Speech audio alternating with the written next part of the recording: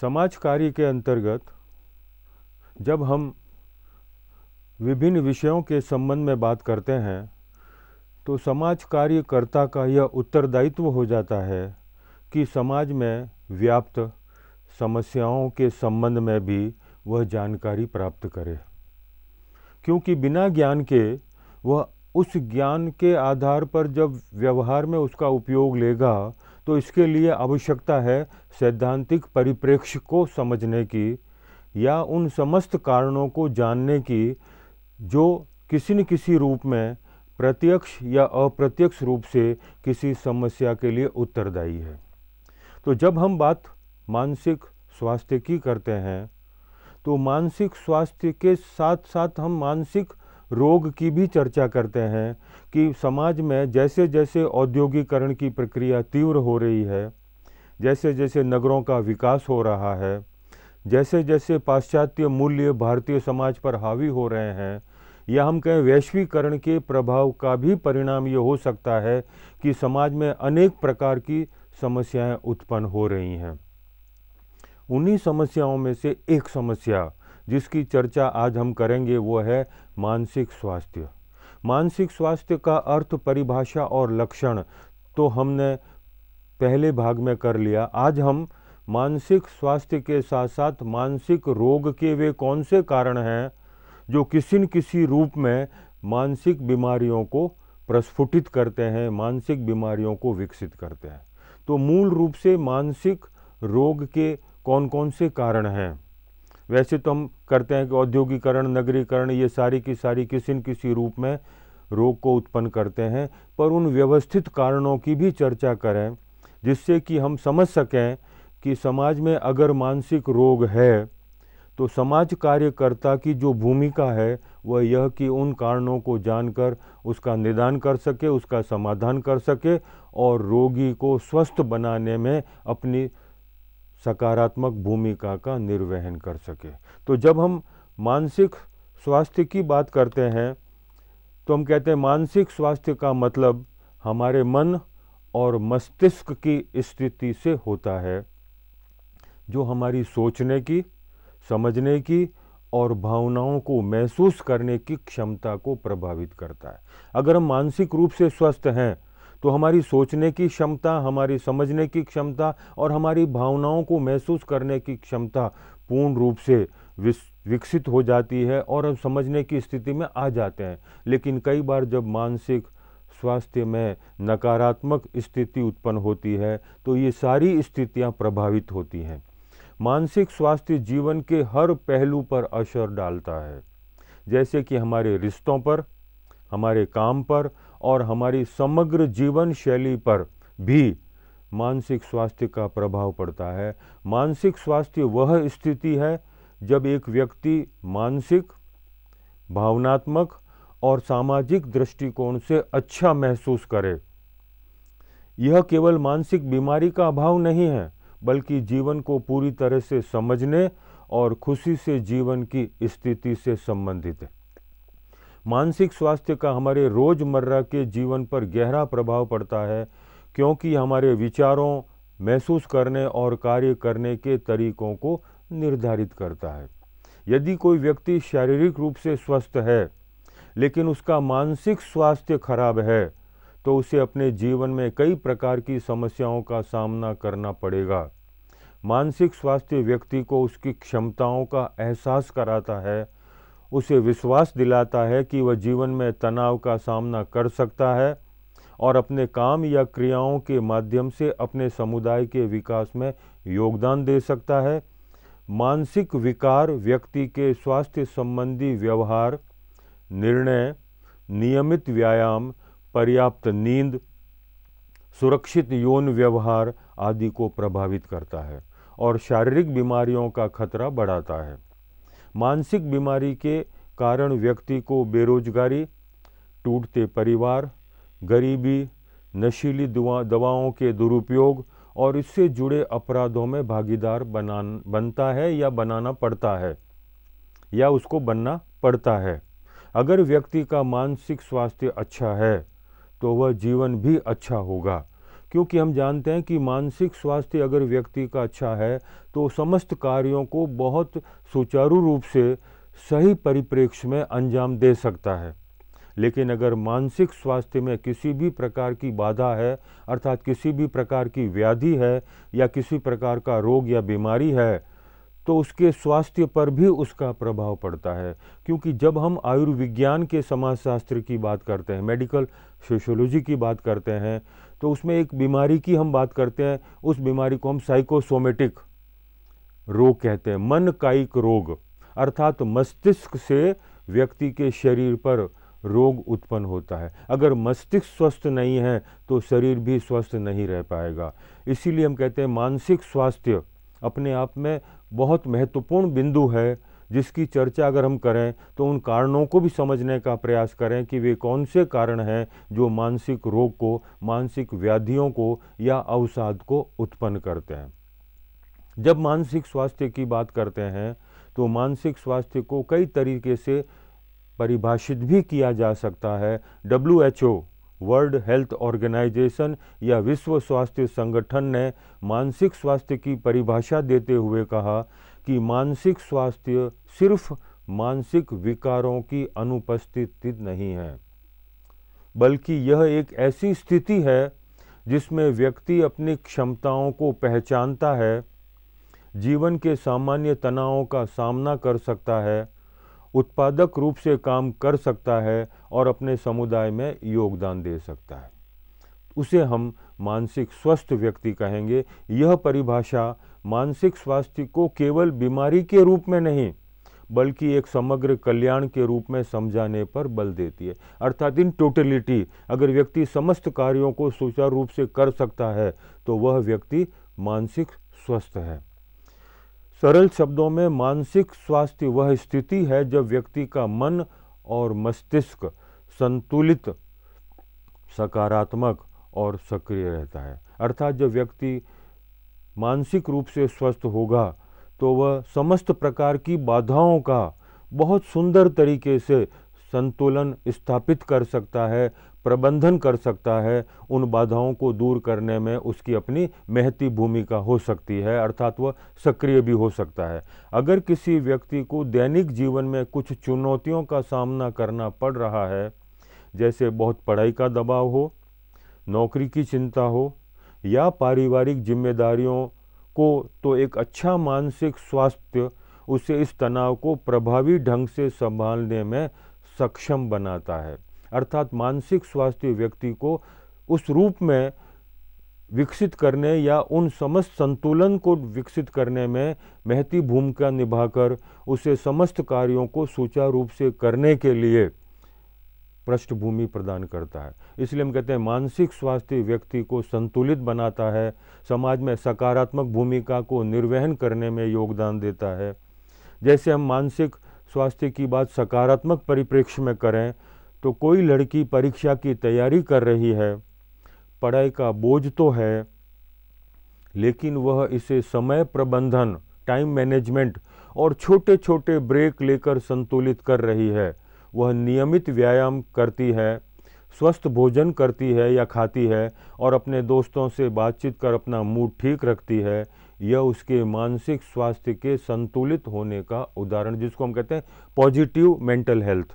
लेकिन कई बार इसका उल्टा रूप भी देखने को मिलता है, जिसको हम नकारात्मक या नेगेटिव मेंटल हेल्थ भी कहते हैं।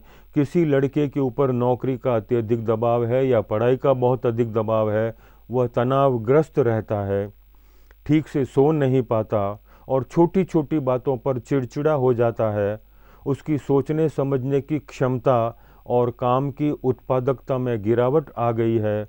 वह मानसिक स्वास्थ्य में गिरावट का उदाहरण अर्थात नकारात्मक है। हम देखते हैं कि वर्तमान समय में बहुत सारे वे छात्र जो प्रतिस्पर्धा के लिए किसी कोचिंग संस्थान में प्रवेश लेते हैं, वहाँ पर पढ़ाई का बहुत अधिक दबाव है। उस दबाव के कारण कई बार अपने को संतुलित नहीं कर पाते, प्रबंधन नहीं कर पाते और वो एक आत्महत्या की ओर अग्रसर होते हैं। बहुत सारे बच्चे छोटी छोटी युवा अवस्था में ही आत्महत्या करने के लिए प्रेरित हो जाते हैं या आत्महत्या करने के लिए मजबूर हो जाते हैं। हम उसे नेगेटिव मेंटल हेल्थ कहते हैं, अर्थात उनका कुप्रबंधन है जिसके कारण वह समस्त कार्यों को सुचारू रूप से नहीं कर पाते हैं। तो ये पॉजिटिव और नेगेटिव दो प्रकार की स्थितियां हो सकती हैं जो व्यक्ति के मनोमस्तिष्क में उस प्रकार के भाव पैदा करती है कि वह कभी प्रबंधन के रूप में, सकारात्मक रूप में, कभी कुप्रबंधन या नकारात्मक रूप में क्रियाशील रहता है। तो जब मानसिक स्वास्थ्य की बात करते हैं तो वे ऐसे कारण हैं जो किसी न किसी रूप में मानसिक रोग को उत्पन्न करने में महत्वपूर्ण भूमिका का निर्वहन करते हैं, अर्थात किसी न किसी रूप में ये कारण मानसिक रोग को बढ़ावा देते हैं। तो मानसिक बीमारियों के वे कौन कौन से कारण हैं जो कि व्यक्ति को संतुलित नहीं रख पाते या उनका प्रबंधन के मार्ग में रुकावट उत्पन्न करते हैं। मानसिक स्वास्थ्य में हमारे भावनात्मक, मनोवैज्ञानिक और सामाजिक कल्याण शामिल है। यह प्रभावित करता है कि हम कैसे सोचते हैं, महसूस करते हैं या कार्य करते हैं। हमारा मानसिक स्वास्थ्य उम्र बढ़ने के साथ साथ बदलता जाता है, क्योंकि बचपन में मानसिक स्वास्थ्य अलग प्रकार का होता है, युवा अवस्था में अलग प्रकार का होता है, प्रौढ़ या वृद्ध अवस्था में उसके सोचने समझने की और कार्य करने की स्थिति भिन्न होती है।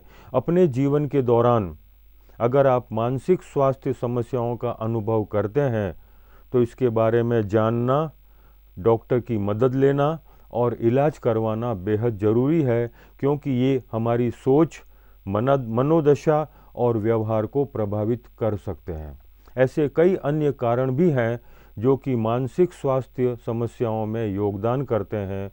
उनमें अगर हम बात करें तो सबसे पहला कारण बायोलॉजिकल या जैविकीय या प्राणी शास्त्रीय कारक है जो कि मानसिक रोग को बढ़ावा देता है।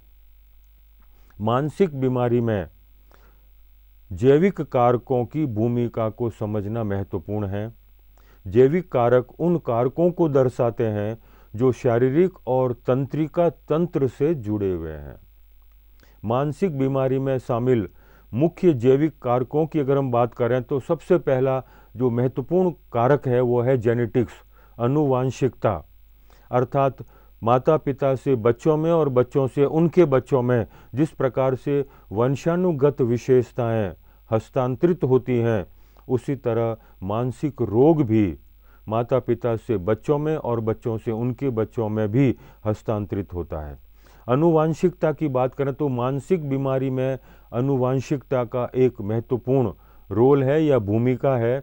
यदि परिवार में किसी को मानसिक बीमारी है या मानसिक विकार है तो उसकी अगली पीढ़ी में इसके विकसित होने की संभावना बढ़ जाती है। जैसे हम अवसाद की बात करें, डिप्रेशन, कई बार हम देखते हैं कि व्यक्ति मानसिक रूप से इतना चिंताग्रस्त रहता है कि वह अवसाद का या डिप्रेशन का शिकार हो जाए। किसी काम को करने की उसकी रुचि नहीं होती, न उसका मन लगता है, न वह कार्य कर पाता है। अगर ये माता पिता में से किसी एक को है इस प्रकार की बीमारी तो संभावना भी यह है कि उसके बच्चों में भी इस प्रकार की स्थिति हो सकती है। इसी तरह का एक रोग और है जिसे हम सिजोफ्रेनिया कहते हैं।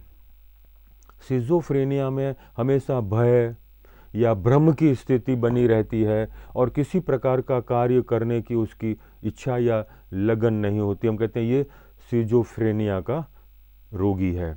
इसी तरह से मस्तिष्क में हमारे बहुत सारे ऐसे रूप हैं जिसे हम ग्रे मैटर भी कहते हैं, कई बार वाइट मैटर भी कहते हैं। इसके साथ साथ कुछ ऐसे सिक्रीशंस भी होते हैं, स्त्राव भी होते हैं जो हमारे मनोमस्तिष्क को संतुलित बनाए रखने में महत्वपूर्ण भूमिका निभाते हैं। लेकिन कई बार इन स्त्रावों में किसी प्रकार का असंतुलन हो जाता है तो वह भी रोग का कारण बनता है। मस्तिष्क के कुछ भागों की संरचना की बात करें तो यह असामान्यता या मस्तिष्क रसायनों में असंतुलन, जैसे न्यूरोट्रांसमीटर जिसमें डोपामिन, सेरोटोनिन आदि हैं, मानसिक स्वास्थ्य समस्याओं का कारण बन सकते हैं। इसलिए कई बार हम देखते हैं कि वृद्ध अवस्था में डोपामिन की कमी हो जाती है तो डॉक्टर सलाह देता है कि इसको डोपामिन दिया जाए। ऐसी स्थिति में संतुलन बना रहेगा और मानसिक रूप से स्वस्थ हो सकेगा। तो ऐसी कई बार रासायनिक पदार्थों में भी असंतुलन रोग का कारण होता है। इसी तरह से हार्मोनल असंतुलन, हमारे शरीर में बहुत सारे हार्मोन्स हैं जो कि मानसिक स्वस्थता को बनाए रखते हैं, जिसमें थायराइड, एड्रिनल या अन्य हार्मोनल गड़बड़ी व्यक्ति के मानसिक स्वास्थ्य को प्रभावित कर सकती है। जैसे पोस्टमार्टम डिप्रेशन हार्मोनल बदलावों के कारण होता है। हम कई बार देखते हैं कि जब व्यक्ति को थायराइड होता है, थायराइड इनएक्टिव हो जाती है या ओवर एक्टिव हो जाती है, तो उसका प्रभाव उसके मस्तिष्क पर पड़ता है और वो कार्य करने में कई बार बहुत ज़्यादा उत्तेजित रहता है और कई बार बहुत अधिक सुस्त हो जाता है। इसी तरह कई बार संक्रमण भी होता है, इन्फेक्शन भी होता है। कुछ संक्रमण मस्तिष्क और तंत्रिका तंत्र को प्रभावित कर सकते हैं, जिससे मानसिक समस्याएं हो सकती हैं। उदाहरण के लिए स्ट्रेप्टोकोकस नामक bacteria OCD, obsessive compulsive disorder से जुड़ा हो सकता है, जिसकी चर्चा भी हम करेंगे। ये ओसीडी क्या है। इसी तरह से आघात, कई बार कुछ ऐसे आघात हमारे मस्तिष्क पर होते हैं जो रोग का कारण बनते हैं। जैसे सिर में चोट लगने या किसी दुर्घटना के बाद मस्तिष्क के कार्य में बाधा उत्पन्न हो सकती है, जिससे मानसिक विकार हो सकता है। इसी प्रकार प्राकृतिक रसायन और नशा, जैसे बहुत अधिक शराब का सेवन या अन्य मादक द्रव्यों का सेवन मस्तिष्क की क्रियाविधि को बदल सकता है और मानसिक स्वास्थ्य में समस्या उत्पन्न कर सकता है। इसी तरह प्रीनेटल फैक्टर्स भी हैं। गर्भावस्था के दौरान किसी संक्रमण, पोषण की कमी या माता द्वारा नशीली दवाओं का सेवन करने से बच्चे में मानसिक स्वास्थ्य से जुड़े विकार उत्पन्न हो सकते हैं। माता से गर्भ में पल रहे शिशु को भी उसका रोग होने की संभावना हो सकती है। मानसिक स्वास्थ्य के जैविक कारक अक्सर अन्य मनोवैज्ञानिक और पर्यावरणीय कारकों के साथ मिलकर कार्य करते हैं। यानी कि सिर्फ बायोलॉजिकल फैक्टर ही है, कई बार हमारा सोशल, कई बार हमारा नेचुरल एनवायरनमेंट भी इस प्रकार के रोग को बढ़ाने में क्रियाशील रहता है।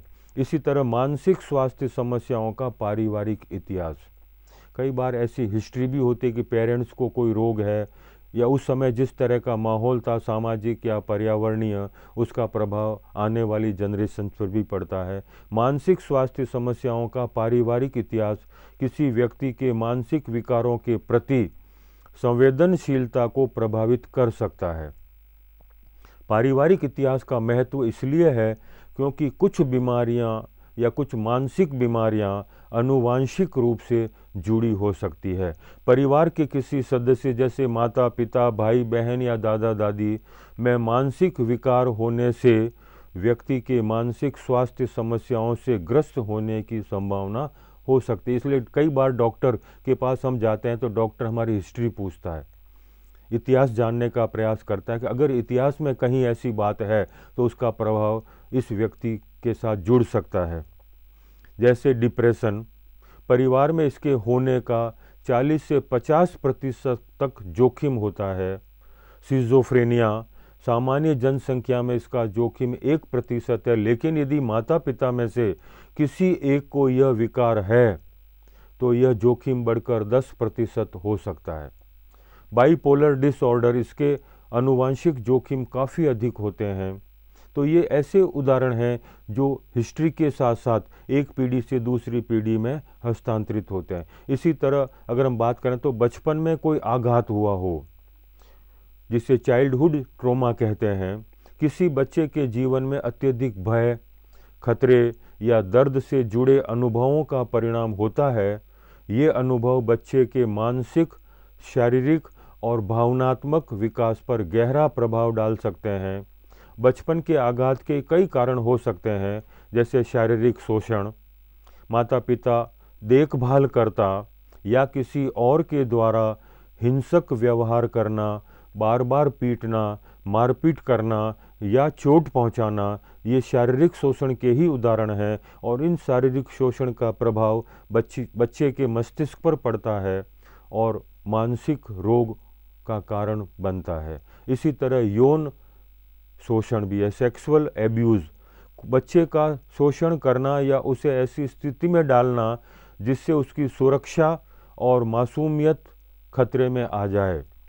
यौन हिंसा के कारण बच्चे को अपराध बोध, डर, असुरक्षा की भावना हो सकती है। अर्थात अगर बचपन में इस प्रकार की कोई यौन हिंसा होती है तो उसका प्रभाव उसके मस्तिष्क पर पड़ता है और वह एक गंभीर रोगी बन सकता है। भावनात्मक उपेक्षा, कई बार माता पिता के जब 2 या अधिक बच्चे होते हैं और एक बच्चा अगर मानसिक रूप से थोड़ा सा कमज़ोर है तो बात बात पर उसको टोकना, उसकी भावनाओं पर नज़रअंदाज करना, उसकी उपेक्षा करना, उसका तिरस्कार करना जैसे कुछ भाव हैं जो बच्चे के मस्तिष्क पर, बच्चे के नाजुक मस्तिष्क पर प्रभाव डालते हैं। बच्चों की भावनाओं को नज़रअंदाज कर देना, बार बार उसका अपमान करना, उसका तिरस्कार करना या उपेक्षा करना कि तुम बेकार हो, तुम कोई काम के नहीं हो, जैसे शब्दों का उपयोग बच्चे की आत्म छवि को नष्ट कर सकता है और उसका प्रभाव मानसिक रोग के रूप में विकसित होता है। कई बार घरेलू हिंसा, डोमेस्टिक वायलेंस, माता पिता या परिवार के अन्य सदस्यों के बीच लड़ाई झगड़ा या हिंसात्मक व्यवहार बच्चे को पारिवारिक कलह या लड़ाई का गवाह बनाता है और उसके मस्तिष्क, कई बार माता पिता आपस में लड़ते हैं, गाली गलौज करते हैं, हाथापाई करते हैं और छोटे छोटे बच्चे परिवार में हैं तो उन सारी घटनाओं को देखते हैं तो उनके मस्तिष्क पर उसका प्रभाव पड़ता है और वो भी उसी प्रकार का आक्रामक व्यवहार, घृणा के भाव जैसे मस्तिष्क में विकसित कर लेते हैं और मानसिक रोग विकसित होने का आधार बनता है। इसी तरह भावनात्मक या शारीरिक उपेक्षा, बच्चे की बुनियादी ज़रूरतों को पूरा न करना, जैसे सही पोषण न देना, पर्याप्त प्यार और देखभाल की कमी, बच्चे को लंबे समय तक अकेला छोड़ना, इस लोनलीनेस के कारण फ्रस्ट्रेशन या निराशाएं उत्पन्न होती हैं और निराशा के कारण कई बार डेविएशन होता है, विचलन होता है और विचलन के कारण वो अपराध से जुड़ता है, बाल अपराध से जुड़ता है, गलत व्यवहार करने लगता है, जो कि मानसिक रोग का ही एक उदाहरण है। इसी तरह प्राकृतिक आपदा या संकट, कई बार बाढ़, भूकंप या किसी प्राकृतिक आपदा में फंसने का अनुभव, यह बच्चों में सुरक्षा की भावना को कमज़ोर कर सकता है। परिवार में किसी की मृत्यु हो जाए, नज़दीकी या परिवार में बहुत अधिक नुकसान हो जाए, माता पिता, भाई बहन या करीबी व्यक्ति की मृत्यु का अनुभव करना, यह बच्चा खुद को अकेला और असहाय महसूस कर सकता है और उसका परिणाम मानसिक रोग। इसी तरह नशे की समस्या वाले परिवार में रहना, living with addiction in family, जब माता पिता या परिवार के अन्य सदस्य नशे की लत से जूझ रहे हों, यह बच्चों के भावनात्मक और मानसिक तनाव को उत्पन्न करता है और परिणाम स्वरूप मानसिक रोग विकसित होता है। कई बार बच्चों को धमकाना या बुलिंग, स्कूल, पड़ोस या ऑनलाइन प्लेटफॉर्म पर बार बार तंग करना या धमकाना बच्चे की आत्मसम्मान और आत्मविश्वास को नुकसान पहुंचा सकता है और उस नाजुक मस्तिष्क पर उसका कुप्रभाव ये पड़ता है कि वो मानसिक रोगी या मानसिक बीमार हो जाता है। गरीबी और आर्थिक तंगी के कारण भी तनाव होता है और तनाव से रोग, जिसे हम कई बार मन का एक रोग भी कहते हैं। परिवार में गरीबी के कारण भूख, अशिक्षा या अस्थिर माहौल का सामना बच्चों को करना पड़ता है और उसका परिणाम कि सुरक्षित रहने की क्षमता पर उसका प्रभाव और मानसिक रोग का कारण। इसी तरह तनावपूर्ण घटनाएं, जैसे किसी प्रियजन को खोने के कारण जीवन में तनावपूर्ण घटनाएं हमेशा घटती रहती हैं, हमारे मानसिक और भावनात्मक व्यवहार पर उसका प्रभाव पड़ता है। इन घटनाओं में किसी प्रियजन को खोना अत्यंत कठिन और चुनौतीपूर्ण अनुभव हो सकता है। ऐसे अनुभवों के पीछे कई कारण हो सकते हैं जो व्यक्ति को गहरे तनाव, दुख और मानसिक समस्याओं का सामना करने पर मजबूर कर सकते हैं, जैसे किसी प्रियजन की अचानक मृत्यु हो जाए या पति पत्नी में तलाक हो जाए या अलगाव हो जाए, पारिवारिक विवाद हो या परिवार का विघटन हो, वित्तीय संकट हो और हानि हो जिसमें बहुत सारा नुकसान हो जाए, दुर्घटना हो जाए, ये सारी की सारी तनावपूर्ण घटनाएं हैं जो व्यक्ति के स्वस्थ मस्तिष्क पर विपरीत प्रभाव डालकर उसे मानसिक रोगी बना सकती है। फिर अनहेल्दी आदतें, ऐसी आदतें जो स्वस्थ नहीं है और हम कई बार अपने जीवन के साथ जोड़ लेते हैं। अस्वस्थ अनहेल्दी जीवन शैली की बात करें तो मानसिक स्वास्थ्य उस पर कुप्रभाव इस तरह से डालता है कि वो रोग का कारण बनता है। कई मानसिक बीमारियों का कारण बन सकती है हमारी आदतें, हमारी नींद लेने की आदत, हमारी खाने की आदत और अन्य जो स्थितियां हमारे जीवन शैली से जुड़ी हुई हैं, वो अगर अस्वस्थ है तो हम रोगी बन सकते हैं। जैसे बहुत अधिक आजकल बच्चे मोबाइल के स्क्रीन के साथ जुड़े रहते हैं, टीवी के साथ जुड़े रहते हैं, इंटरनेट के साथ जुड़े रहते हैं। कई बार खाना खाते समय भी इंटरनेट या मोबाइल या टीवी देखते हैं। तो जो खाने में सिक्रीशंस हमारे इंटेस्टाइन में होता है और भोजन पचने की जो स्थिति हमारी संभव होती है, उसमें बुरा प्रभाव पड़ता है और वह मस्तिष्क पर प्रभाव डालता है, तो रोगी बन सकते हैं। मादक द्रव्य और शराब का अत्यधिक या नियमित दुरुपयोग करने से भी अनेक प्रकार के रोग उत्पन्न हो सकते हैं। एक लंबी बीमारी के उपचार के बाद कई बार फ्रैक्चर हो जाए, कोई लंबी गंभीर बीमारी हो जाए जिसे दीर्घकालीन बीमारियां कहते हैं, जैसे कैंसर है, मधुमेह है, हृदय रोग है, गुर्दे की बीमारी है या किसी अन्य दीर्घकालीन चिकित्सा स्थिति का उपचार केवल शारीरिक स्वास्थ्य पर ही नहीं बल्कि मानसिक स्वास्थ्य पर भी गहरा प्रभाव डाल सकता है। इन बीमारियों के कारण उत्पन्न मानसिक तनाव, भावनात्मक कठिनाई और मनोवैज्ञानिक संघर्ष व्यक्ति को मानसिक बीमारियों की ओर ले जा सकता है। मानसिक बीमारी के बहुत सारे कारण जो प्रत्यक्ष या अप्रत्यक्ष रूप से रोग के पैदा होने के कारण बनते हैं, तो उनमें कौन कौन से लक्षण होते हैं जिससे हम कह सकें ये मानसिक रोगी है। प्रत्येक मानसिक बीमारी के अपने अपने लक्षण होते हैं। हालांकि कुछ सामान्य चेतावनी, संकेत या लक्षण हैं जो आपको सचेत कर सकते हैं कि हम किसी को या किसी पेशेवर की सहायता लेकर उन लक्षणों को दूर करने की कोशिश कर सकें। जैसे बहुत ज़्यादा सोचना, कई बार हम देखते हैं व्यक्ति बहुत ज़्यादा ओवर थिंकिंग की बात करते हैं, सोचता रहता है, उसका मन उसी दिमाग के बार बार चक्र के साथ मुझे ये करना, मुझे ये नहीं करना, ये सोचने की जो आदत है, इसके कारण कई बार एंग्जाइटी या घबराहट भी होती है। व्यक्तित्व परिवर्तन, हम कहते हैं पर्सनैलिटी चेंज हो जाती है, उसके हाव भाव बदल जाते हैं। कई बार हम देखते हैं कोई व्यक्ति यूँ हाथ बांध कर, कई बार हाथ पीछे करके व्यवहार करता है। ये सब व्यक्तिगत परिवर्तन, हम कहते हैं पर्सनैलिटी डिसऑर्डर भी है। खाने या सोने के पैटर्न में बदलाव हो जाता है। रात के 12 बजे उनके लिए दिन निकलता है और दिन को वो रात समझते हैं। इस तरह का व्यवहार भी मानसिक रोग के लक्षण के रूप में परिलक्षित होता है।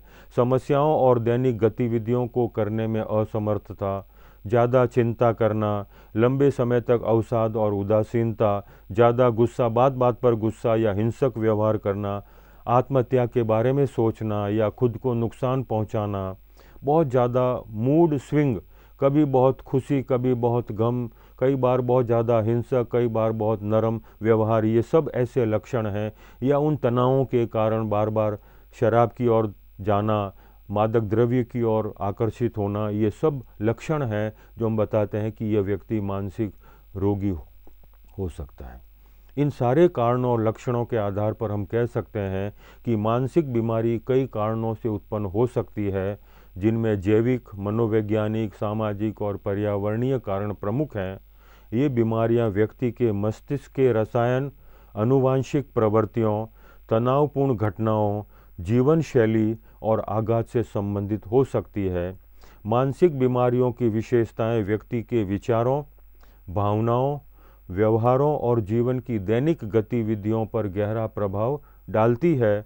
इन बीमारियों का समय रहते निदान और उपचार महत्वपूर्ण है ताकि व्यक्ति की भावनात्मक और सामाजिक भलाई सुनिश्चित की जा सके। सही देखभाल, उपचार और समर्थन से मानसिक बीमारियों को प्रबंधित करना और स्वस्थ जीवन जीना संभव है। मानसिक स्वास्थ्य के प्रति जागरूकता और संवेदनशीलता समाज के हर स्तर पर आवश्यक है, क्योंकि वर्तमान परिप्रेक्ष्य में बात करें तो बहुत सारे तनाव के कारण हैं और उन तनावों के कारण जो मस्तिष्क का संतुलन बिगड़ जाता है उसका भावनात्मक और सामाजिक जो सोच है उसमें बदलाव आता है, हम कहते हैं मानसिक रोग के लक्षण हैं। अगर सही उपचार किया जाए, समाज कार्यकर्ता जो कि पेशेवर है उसकी सहायता ली जाए, तो इस मानसिक रोग को हम खत्म कर सकते हैं और एक स्वस्थ मानसिक जीवन जी सकते हैं।